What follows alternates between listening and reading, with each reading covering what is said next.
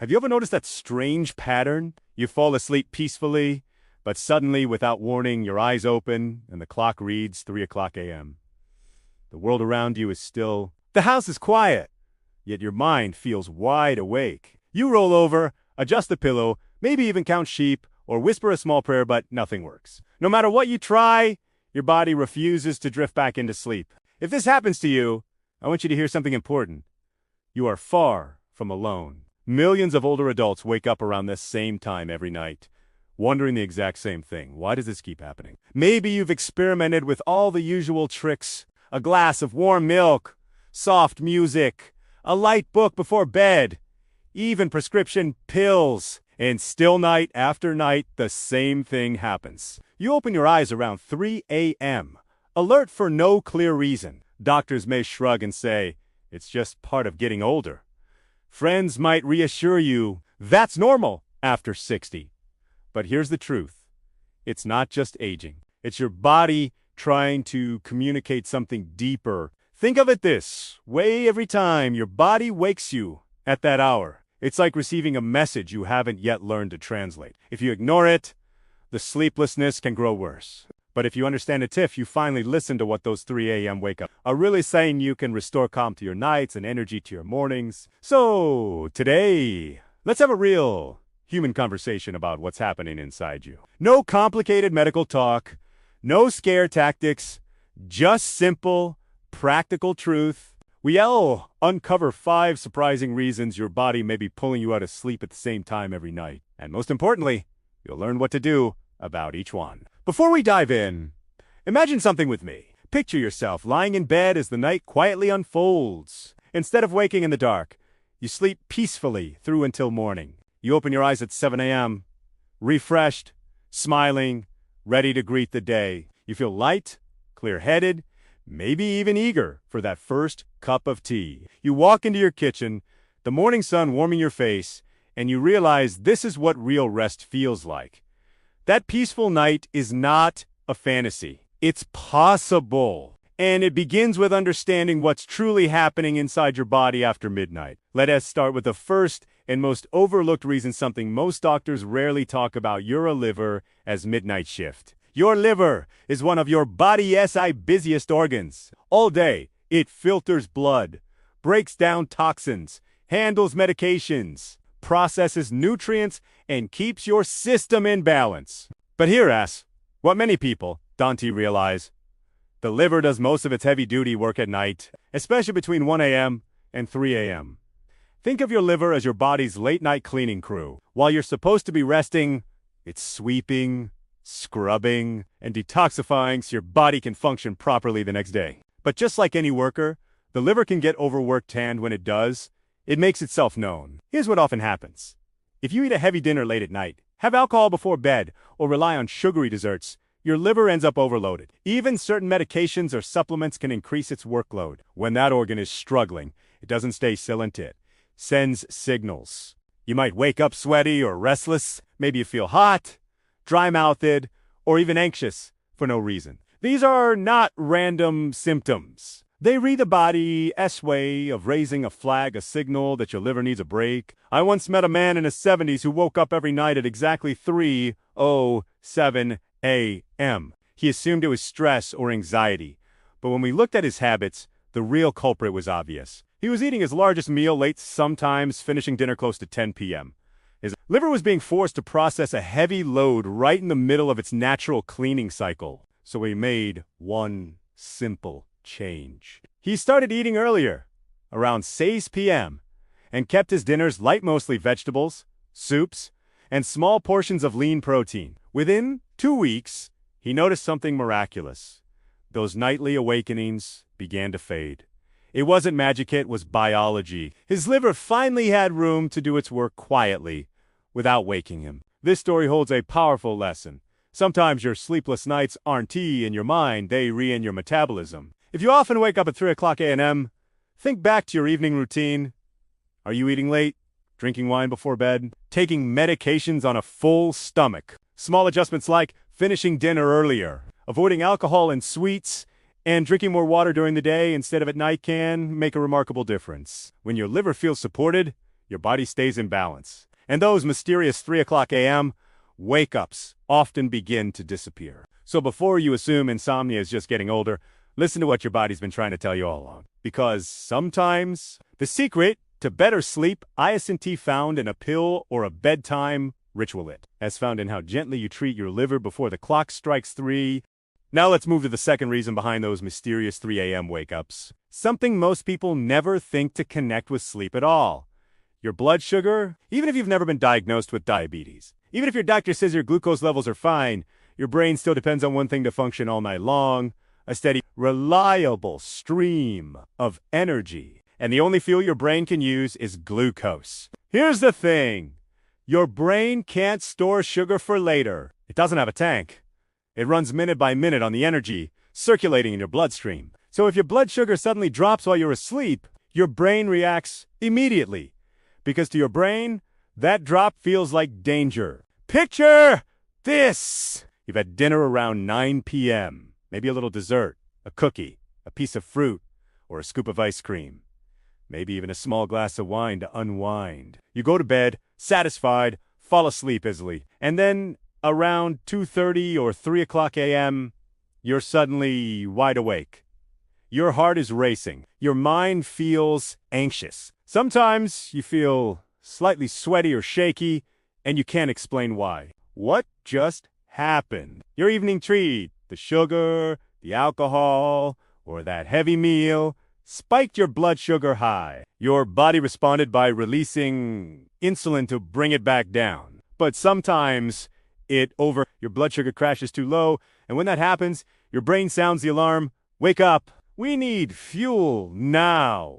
It's a fascinating mechanism. Not anxiety, not random insomnia, but your body's built-in survival system. It thinks your energy supply is in danger, so it wakes you to make sure you'll eat again. I once met a kind woman in her late 70s who told me she woke up every night at 3 o'clock a.m. sharp. Her heart would pound, her chest would tighten, and she'd feel waves of nervous energy. She thought she was developing nighttime anxiety. But when we looked closer, her evening habits stood out. She loved having tea and cookies before bed. We changed one simple thing. Instead of sugary snacks, she started eating a small handful of almonds with a few slices of apple. The combination of protein, healthy fat, and fiber kept her blood sugar balanced through the night. A week later, she smiled and said, "I can't believe it, I'm sleeping through the night again." The point is, sometimes your 3 a.m. wake-ups have nothing to do with stress or aging. They're just a blood sugar alarm quietly ringing inside your body. If you often wake with a racing heart, restlessness, or strange anxiety, don't immediately blame your mind. Check your evening habits. Swap the sweets and wine for steadier options. A few nuts, a spoon of yogurt, a bit of oatmeal, or even a slice of cheese with whole grain crackers. Your body will thank you, and those early morning alarms will slowly fade into silence. Now let's talk about something more ancient. The third reason, one that connects you not just to your own body, but to thousands of years of human history. This one fascinates me. The ancient night watch that still lives inside us. Long before electricity, before alarm clocks and streetlights, people didn't sleep in one long block of 8 hours. They practiced what scientists now call segmented sleep. Our ancestors, farmers, villagers, even city dwellers just a few hundred years ago, went to bed soon after sunset. They'd sleep for 4 or 5 hours, wake naturally in the middle of the night, stay quietly awake for a while, and then fall into a second sleep until dawn. This middle of the night period was so common it even had a name, the watch. Families would tend their fires, check their animals, share quiet conversations, or pray. Some used that hour for reflection or reading. No one panicked about being awake. It was simply how life worked. And here's what's extraordinary. Even though our modern world has changed, our biology hasn't. Deep in our nervous system, that old rhythm still exists. The same pattern that helped our ancestors stay alert and safe at night still echoes within us. As we age, our sleep becomes lighter. The line between those two ancient sleeps can resurface, which means waking around 3 a.m. isn't always a disorder. It can actually be a trace of humanity's old sleep rhythm. When you understand this, something powerful happens. You stop fighting it. Instead of lying there, frustrated, staring at the clock and worrying about lost sleep, you can approach that time differently. Some people keep a small notebook by the bed. When they wake, they jot down thoughts or gratitude lists to clear their minds. Others use those quiet moments for gentle breathing, prayer, or short meditation. One woman told me she used to dread 3 a.m. until she reframed it as her sacred hour. She'd sit up, breathe slowly, and simply be grateful for another day of life. Before she knew it, she'd drift back to sleep, peacefully. The secret is acceptance. When you stop resisting your body's natural rhythms, your nervous system calms down, anxiety fades, your heart slows, and soon, your body gently slides back into its second wave of rest, the same way your ancestors did centuries ago. So the next time you find yourself awake at 3 a.m., whisper softly, "This is my night watch. My body remembers. I'll rest again soon." You might be surprised how comforting that feels and how quickly you fall back asleep once you stop trying so hard. Because sometimes, the cure for insomnia isn't found in fighting your body. It's found in understanding it. Let's move to another reason many older adults find themselves waking around 3 a.m., one that hides in plain sight and yet disturbs millions of nights. The bladder. Most people assume they wake up because they need to use the bathroom, but often it's actually the reverse. They wake first, and then the bladder joins the party, saying, "Since you're up, let's go." This pattern is what I call the silent bladder effect. As we age, the muscles and nerves that control the bladder become more sensitive. They no longer hold as much as they once did. Even a small amount of fluid can trigger the signal that says bathroom time.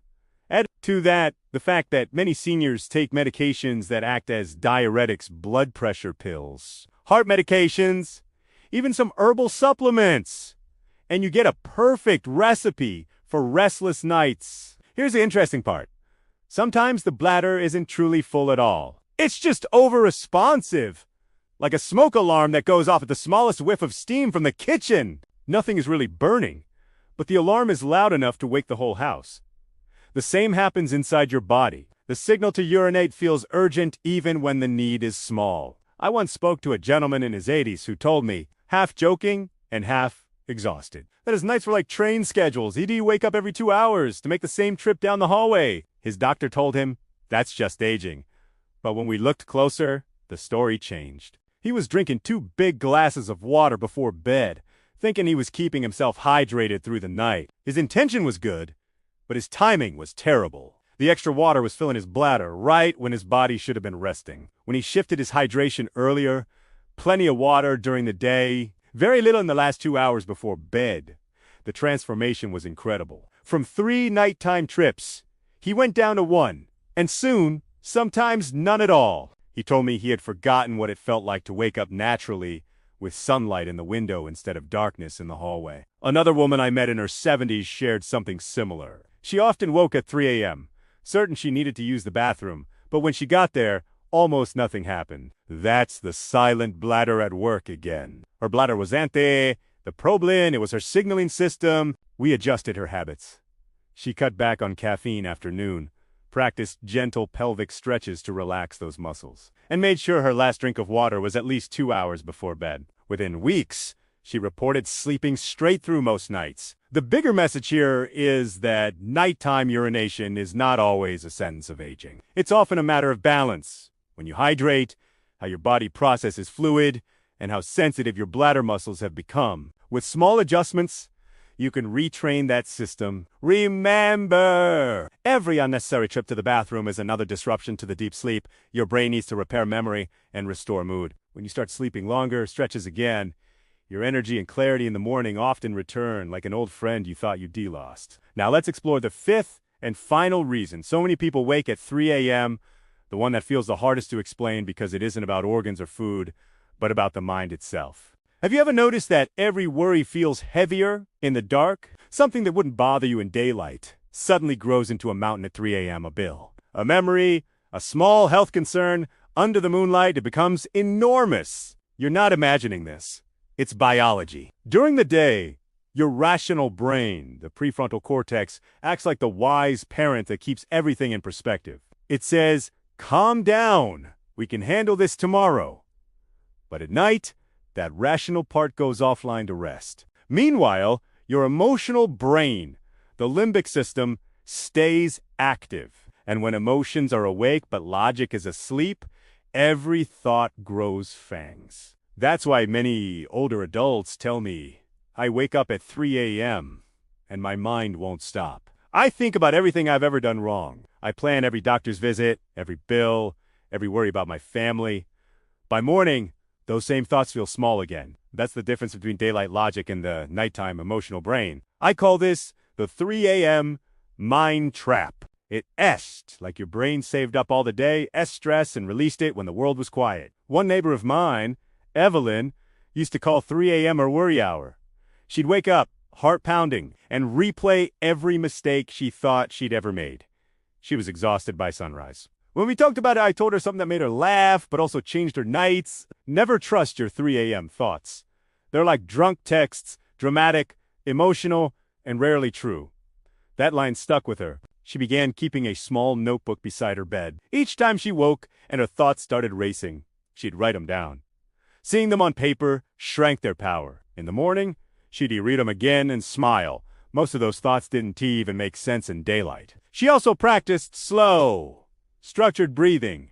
Inhale for 4 seconds, hold for 7, exhale for 8. Within 2 weeks, she noticed her body no longer jolted awake with panic. Even when she did wake briefly, she felt calm and fell back asleep. The secret wasn't in eliminating worry, but in recognizing it for what it was, a nighttime illusion amplified by biology. So if you ever find yourself awake, heart heavy, and mind spinning, remember this: the thoughts that visit you at 3 a.m. are not prophecies. They are the echoes, emotional noise without perspective.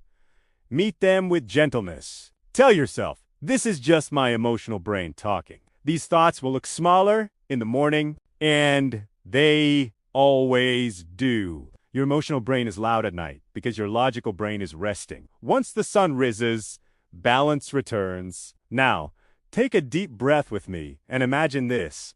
Tonight, you lie in bed knowing what your body is truly saying. You understand the messages behind the wake-ups, your liver asking for lighter dinners, your blood sugar wanting balance, your ancient rhythm surfacing, your bladder needing gentle timing, and your emotional brain seeking peace. You no longer see your sleep as broken, but as communication. The body isn't fighting you. It's speaking to you. And now that you understand its language, you can finally rest. So if you wake at 3 a.m. tonight, don't panic. Don't grab your phone or stare at the clock. Whisper to yourself, I know what this is. Maybe it's your body finishing its cleanup work. Maybe it's your blood sugar calling for steadiness. Maybe it's your ancestors' rhythm echoing through your nerves. Whatever the cause, meet it with calm acceptance. Take a slow breath, release the tension in your shoulders, and let your thoughts drift. Within minutes, you'll feel the wave of sleep returning, not forced, but natural. And if this understanding brings you even a little peace, remember, you're not alone. Millions of seniors around the world are learning that aging doesn't have to mean restless nights. You can still wake up refreshed, full of life, ready to greet the morning sun. Share this message with someone who struggles like you do. They'll thank you for it. And if you found value here, tap that like button so more people can discover these gentle truths. Every week, we uncover more about the science and wisdom of healthy aging, how your body, mind, and spirit work together through the night. Subscribe if you'd like to keep learning, because understanding your body is the first step toward healing it. You deserve peaceful nights, steady mornings, and the quiet confidence that comes from listening to yourself. Sweet dreams, my friends. You've got this.